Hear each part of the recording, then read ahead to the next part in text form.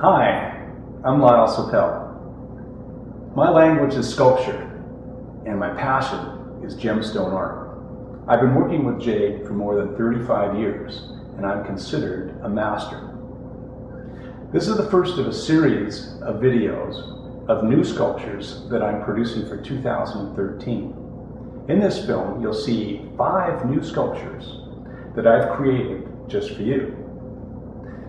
Jade and gemstones are some of the hardest materials to work. Jade, for example, is harder than steel. The only way you can cut it is with diamond tools. And it's also very heavy. You have to carry it through the studio, and it takes a lot of physical work. So I'd like to introduce this idea of how I work the stone and showing you the interior of my studio. In this case, I've cut a piece that's about 3 inches thick.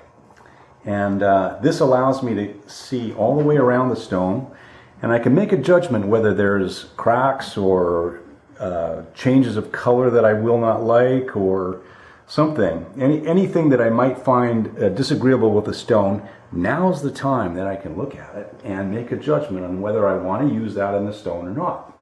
Let's see what I can do with the drawing.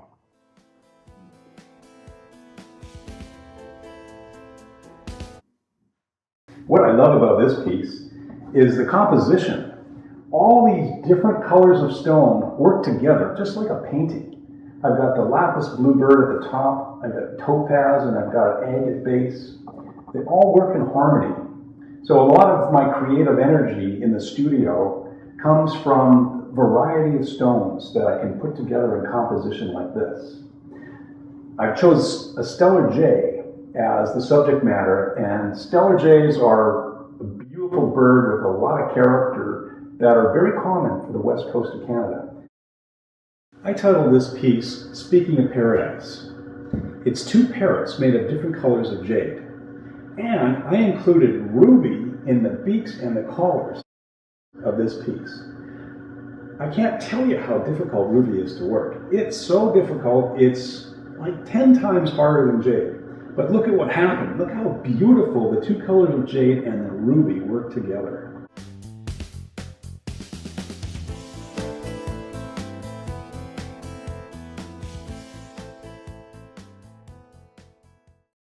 This piece is called Forest Talk, and where I used to live on Vancouver Island, they were so plentiful. They were always in the forest and always inspiring to watch them because they'd have this real relationship with each other. And so that's what I wanted to try to capture in this piece, is this idea that the bird's intelligent, he's talking, always got something to say.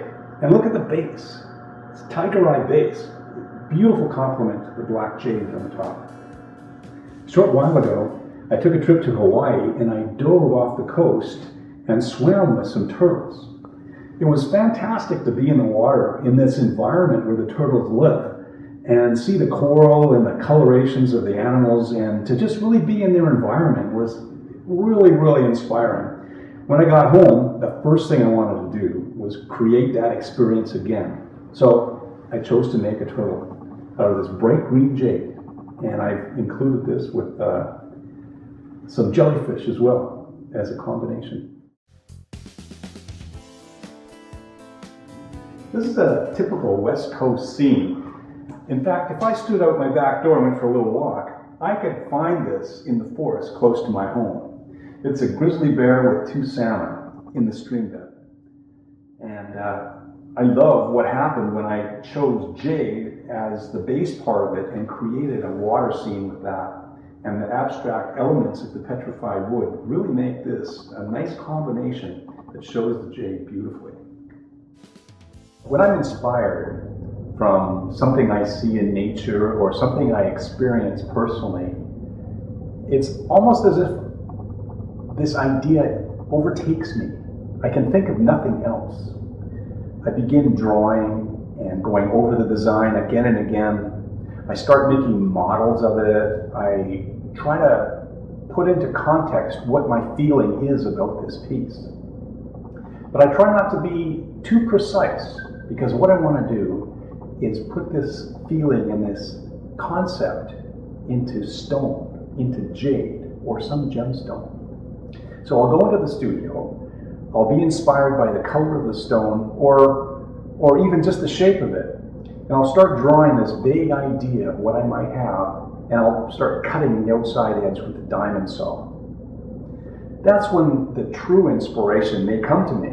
I'll think, wow, this is something that could be a bird flying through the air, or it could be some other subject moving in some action pose. But the idea and the concept usually comes to me while I'm working the stone. So I keep it as vague and as open as possible while I'm working it. This is when I think the work is true. It really speaks about me from my soul.